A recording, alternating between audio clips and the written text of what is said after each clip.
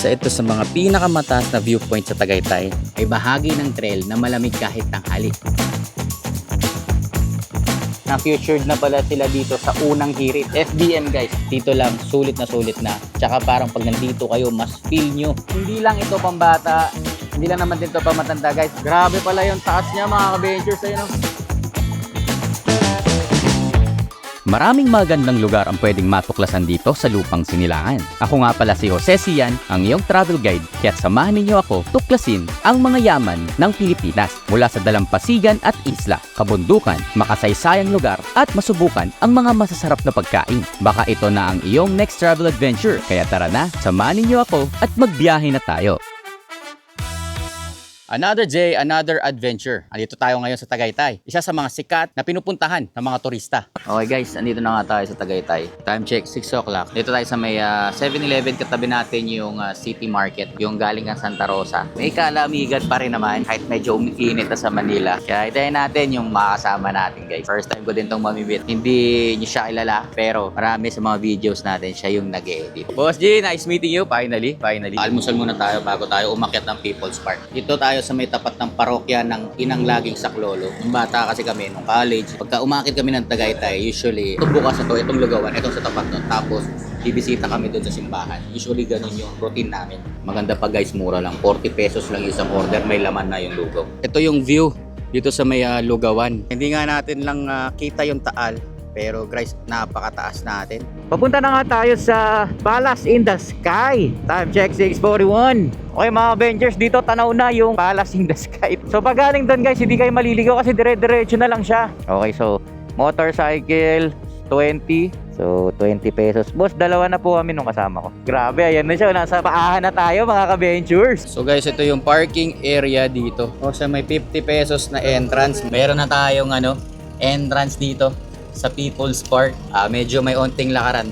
Okay mga ka-ventures, ito magsisimula na nga tayo maglakad dito. Kailangan ready tayo. Buti na lang medyo nakapaglakad-lakad tayo. Itong hike na to hindi naman din ganun kadali. Hindi naman din ganun kahirap. Sakto lang. Ang maganda lang is malamig yung panahon. Maganda lang din may view.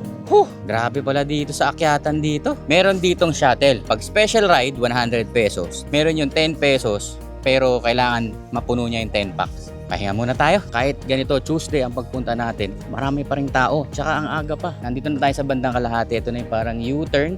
Medyo may onting hingal. Pero kakayanin sir. Ito pala dito sa gilid ng Palace in the Sky. Merong parte dito na parang golf ball. Ito pala ay radar. Sinesensya yung mga weather forecast. Napapakinabangan pala itong radar na to. So meron ditong wishing well. Hindi ko lang mapakita sa video pero ang daming barya sa ilalim guys. Meron ditong water tank ata to. Hindi ko alam kung filter or ano. Pero pinagdidikitan na ng mga sticker ng mga motor riders. Pati picture ng 1x1 nandito na din. So meron nga din dito Shifa Philippines. Isa sa mga kilala natin yan si Mr. Ron Vlogs. Okay, dito guys merong golf course tayo makita. Dito tayo sa may bandang likod nitong People's Park. So ito yung Tagaytay Highlands. Tapos dito naman sa ating kanan, ito na yung Taal Lake. Tapos makita mo din mga daan dito guys pababa. Pakaganda. Isa rin sa mga advantage pag pupunta tayo sa Tagaytay guys, yung mga daan papunta dito. Kagabi nung bumiyahe tayo, swabe lang. From Antipolo, grabe ang bilis lang ng biyahe natin. Tara, akyatin na natin dito sa may second floor. Ito na yung pinaka main building nung lugar. Mas maganda pala yung tanawin pag andito kayo sa second floor.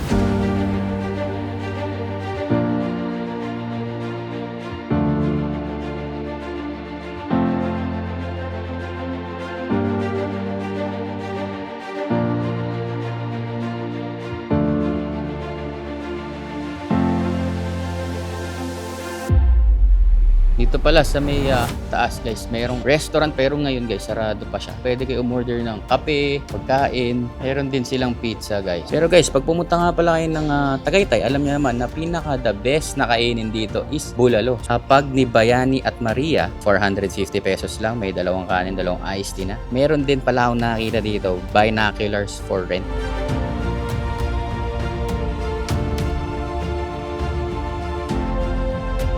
dati, tinatawag itong Palace in the Sky kasi ginawa to dahil para sa isang tao, si US President Reagan, na siya dapat ang tutuloy dito. Pero dahil nga hindi siya natuloy, hindi na rin masyadong tinuloy yung proyektong ito. Kaya kung mapapansin nyo guys dito sa likod ko, so hindi na siya talaga naalagaan kasi hindi na rin talaga siyang natuloy. Kung makikita nyo ngayon, makikita nyo pa rin yung mga old staircases. Ito, mga original to, walang binago dito, wala na rin masyadong inayos. Makita nyo, wala na rin mga kisame. Habang naglalakad ka dito, parang nagta-time travel ka mula sa Marcos era hanggang sa modernong Tagaytay.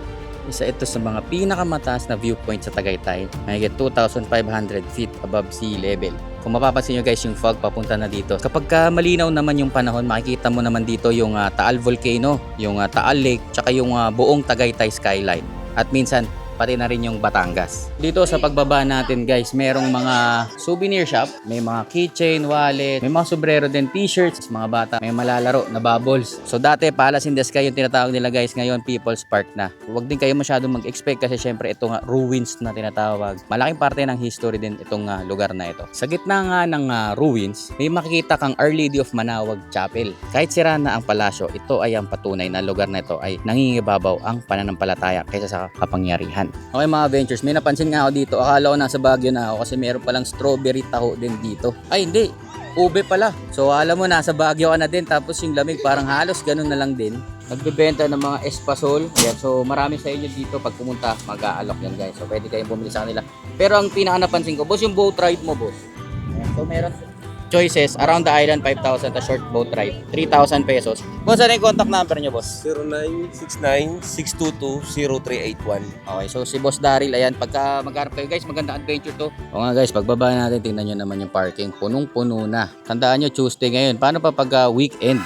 Punta na tayo sa Picnic Grove. Ito na entrance ng Picnic Grove. So dito pa lang sa bungad guys, meron na tayong makikita na Ferris wheel. So mga adventures, magbabayad nga tayo dito. Entrance fee ay 75 pesos. Thank you. Ito yung second destination natin. Talagang puntahan din to ng mga tao. Tuesday ngayon, parang medyo onti pa yung tao at masyado pang maaga. Kung mapapansin nyo guys, medyo may onting fog, may ulap. Ayan, kaya hindi natin masyado makita yung Taal Volcano. Okay mga Avengers, dito na tayo sa tinatawag nila Skywalk. Ito yung isa sa mga mataas na pwestuhan kung saan mas mapapaganda pa yung view nyo. Itong daan na to, ito yung papunta doon sa mga picnic area na, cottage. Ang Picnic Grove pala ay isa sa pinakaunang tourist park dito sa Tagaytay. Tinayo ito noong 1970 kasi kailangan nila magkaroon ng public park. So pwede kayo dito mag-picnic, mag-enjoy ng view ng Taal. Noon, ang lugar na ito ay bakanteng damuhan lang at pine trees. Ginamit lang ng mga lokal para magpahinga at magpalipas ng oras. Nang makita ng gobyerno ang ganda ng view, ginawa nilang eco park at picnic area para din sa mga turista. Dahil sa lokasyon nito sa Tagaytay Ridge, isa ito sa best viewing spot ng Taal sa loob may higit na 50 years. Alam nyo ba, or mas matagal pa to, na mas matanda pa ang Picnic Grove kaysa sa Sky Ranch. Ang Picnic Grove ay nag-exist na before maging commercial pa yung Tagaytay. 1980s tsaka 1990s, halos walang entrance fee dito, kaya tambayan talaga ng mga estudyante, ng mga pamilya, paglinggo umaakyat ng mga tao dito. Ginagamit dati bilang rest stop din ng mga bikers at hikers itong lugar na ito. Ito rin ay isa sa mga unang view deck ng Taal. Meron nga ding urban legend dito. Sabi nga ng mga lokal, may bahagi ng trail na malamig kahit tanghali, kaya tinatawag nilang silent zone. Saan kaya yun? Makikita kaya natin? Pwede kaya tayo magtanong dito? Isa sa mga pinakaunang zipline sa Tagaytay na merong 500 plus meters na tawid sa bangin within the view ng Taal. Mga ventures, ito pala yung zipline, 300 pesos, two-way ride na. Tapos meron din ditong horseback riding. So ito mga ventures, yung ikutan dito sa horseback riding. So ang presyo dito is 350. Tapos sa 30 minutes lang kayong iikot. Meron ding eco trail. 9:46 na, pero malamig pa rin. Kung ano yung dinatnan natin kanina, medyo nabawasan lang ng onte, pero guys, malamig pa rin. Napakaganda ng experience din namin dito. Yung entrance fee, affordable, dito lang sulit na. Tsaka parang pag nandito kayo, mas feel nyo na nasa Tagaytay talaga kayo. Tapos yung mga cottage rates, guys, napakamura lang guys. At isa pa pala guys, lagi rin natin nire-remind guys, syempre pagka nagpipiknik kayo, may mga basura kayo at meron dito mga designated, nakita ko mga designated na basurahan naman, marami. So if you're interested for this kind of content, please hit the subscribe button, hit the notification bell to be updated for adventures like this. I think that is it for our Picnic Grove adventure. Punta naman tayo sa susunod na destination natin dito sa Tagaytay City. So yung next na pupuntahan naman natin guys, isa sa mga simbahan dito. Kaya dito ako bumisita ngayon. Itong chapel na to, hindi to masyadong kilala pero medyo sa akin personally, may significant memories to nung childhood ko. Every New Year, dinadala kami dito. Nagulat lang din ako, along the highway nung pagdaan ko, nakita ko pa rin siya. So natuwa ako kasi ito pa rin siya ngayon. Walang nagbago. Tara, papakita ko sa inyo yung loob ng simbahan.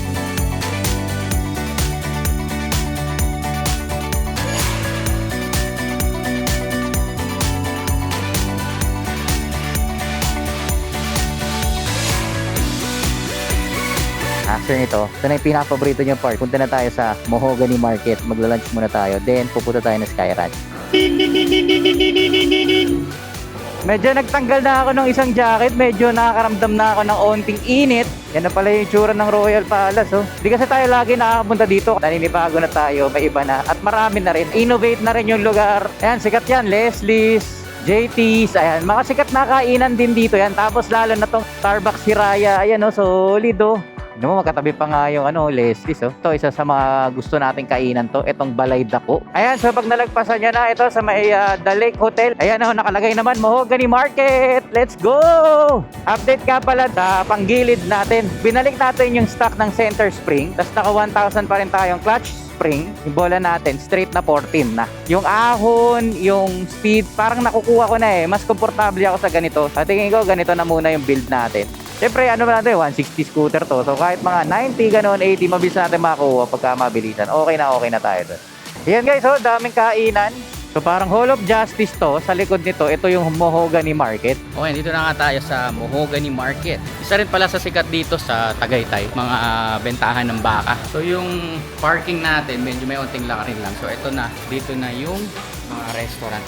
Sa dami ng restaurant dito, maraming pagpipilian. Marami nag-aalok, Anli, Sabaw, Kapeng Barako. So sa sobrang dami, hindi natin alam kung saan tayo pipili. Okay boss, order po kami ng bulalo, chicharong bulaklak na regular. Pinili namin to kasi meron kami pinag-uusapan kanina na medyo mas maraming tao. Sila, alam nila na ito yung trending. Pero hindi namin alam. Bigla lang namin nakita dito sa may menu guys na featured na pala sila dito sa unang hirit. FBM guys. Mamaya i-review natin yung food nila. Parang napapansin namin. Buti nakakuha pa kami ng upuan dito. Parang ang daming pumupunta dito sa FBM. Kaya pa parang yung iba nag-aantay pa. Ayun, yung maganda dito. Meron pa silang space pala sa kabila.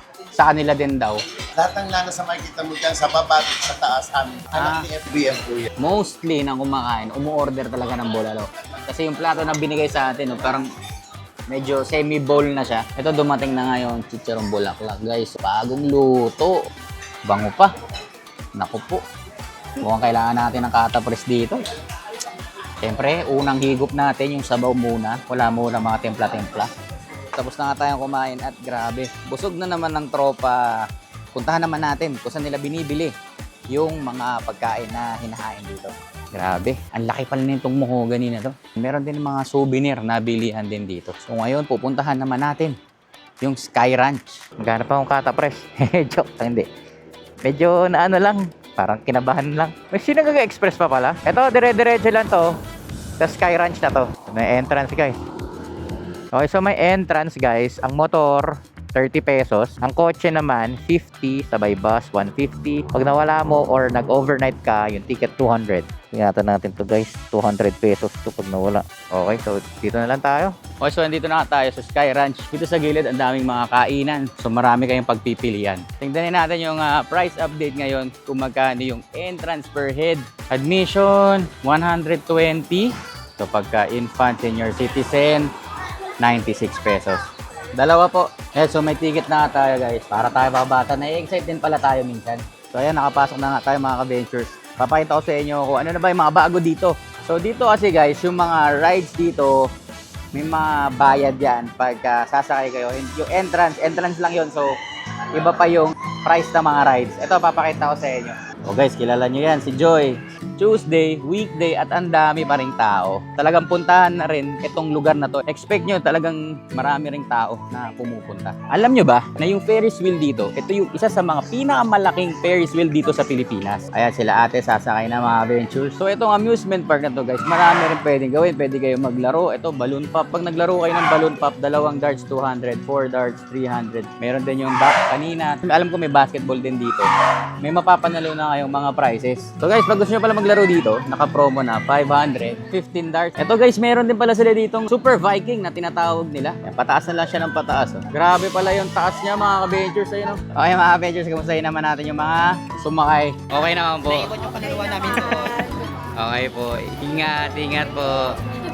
Parang di natin kaya to mga ventures. Mga ventures, ito, hindi pa natin to napupuntahan. Ever since nakapunta na tayo dito. Siguro mga 3 times na tayo napunta dito, pero ito hindi pa natin napupuntahan. Bago ata to. Hindi lang ito pambata, hindi lang naman din to pamatanda guys. For the whole family, mga barkada, okay na pumunta dito as a group. Mag-enjoy kayo, lalo na may mga bagong rides. Yung iba dito hindi pa ata bukas. Ayan, sobrang nag-enjoy kami dito. Maganda rin yung view ng Taal dito. Ito sa parang front seat view if you're looking at Taal Lake and Taal Volcano. So this is it for our vlog for today guys. Maraming salamat sa mga nanonood at sumusuporta sa ating channel. At guys, don't worry, we will have more adventures to come. Simula pa lang to ng 2026 and hope magkita-kits ulit tayo sa susunod na video. Peace out!